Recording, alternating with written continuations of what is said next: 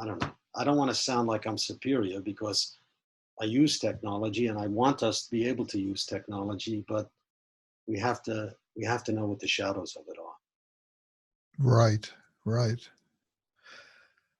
You know, this is probably, that might be a good wrap up thing to say. I was going to invite you, you know, to say, well, you know, are there any last things you want to say? And since I put that on the table, I'll give you a chance to do that. Well, I think the last two questions, the one we didn't get to, 6, is about how digital space is making us feel connected when we are in fact much more alone. So Sherry Turkle, an MIT psychologist, wrote a wonderful book, Alone Together. So I go into the drawbacks of digital space without damning it, still saying that it is important for us. But the book has to offer seeds of hope. And that's why there is questions 7 and 8.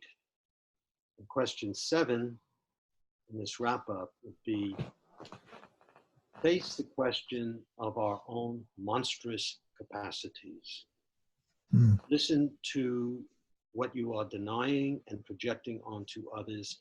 Integrate a little bit of the shadow that you can within your own life in ordinary ways. You see the homeless person on the street. There could be an act of redemption in that, not just to give them money, but to stop and talk with them, to bring them back into the human community. These little acts of resistance and rebellion are like ripples in the dream that might wake us up or change things. So in that question, I'm trying to sketch out an ethics that is built on the margins where we pay attention to our own monstrous capacities, which doesn't make us evil. It just makes us human. We're not all light, but we're not all darkness either. We got to hold that balance. Yeah. And to split, oh, I'm so good, let's make America great again, which means everybody else is less than us. We lose something of ourselves. Right. We do that. And then the last chapter was to offer other seeds of hope. And I think one of the major claims I'm making in the book is that if you read between the lines or listen to the way the monster interacts with his creator and the way that he imagines and hopes for a being like himself, it's a testimony of love that goes beyond power.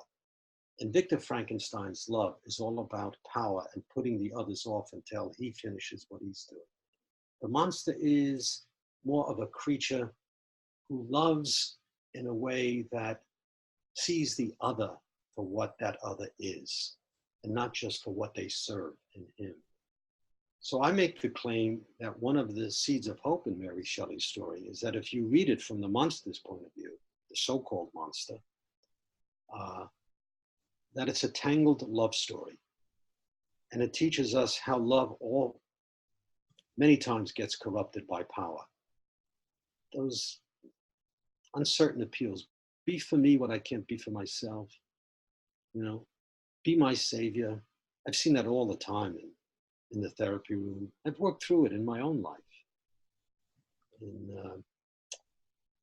Or we project onto our children, you know, we love you so much, you're going to really do something fantastic. What a burden that is. Right. So love is a seed of hope. And then the other thing is, when I follow the trail of the monster, it opens up ways of getting back in touch with our relationship with nature. And I give some examples of the wondrous, miraculous beauty if you just stop and look at the epiphanies of nature. Simple things. The sound of birds in the morning, the way sunlight dapples the grass as it moves through the trees. I mean, this is more of a poetic realism in the world, a poetic way of being responsive to the world, which is a counterbalance to our empirical, fact-minded way, which we need. Yeah. But we've lost that the world is animate and alive and we're part of it. So it's a way to get back connected with that. That's another seed of hope, the stories I tell in question 8.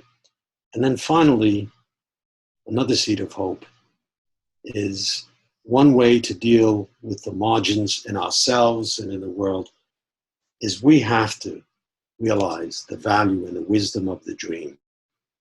When Freud and Jung began their work, they were opening up the possibility of a radical change in what it means to be a human being.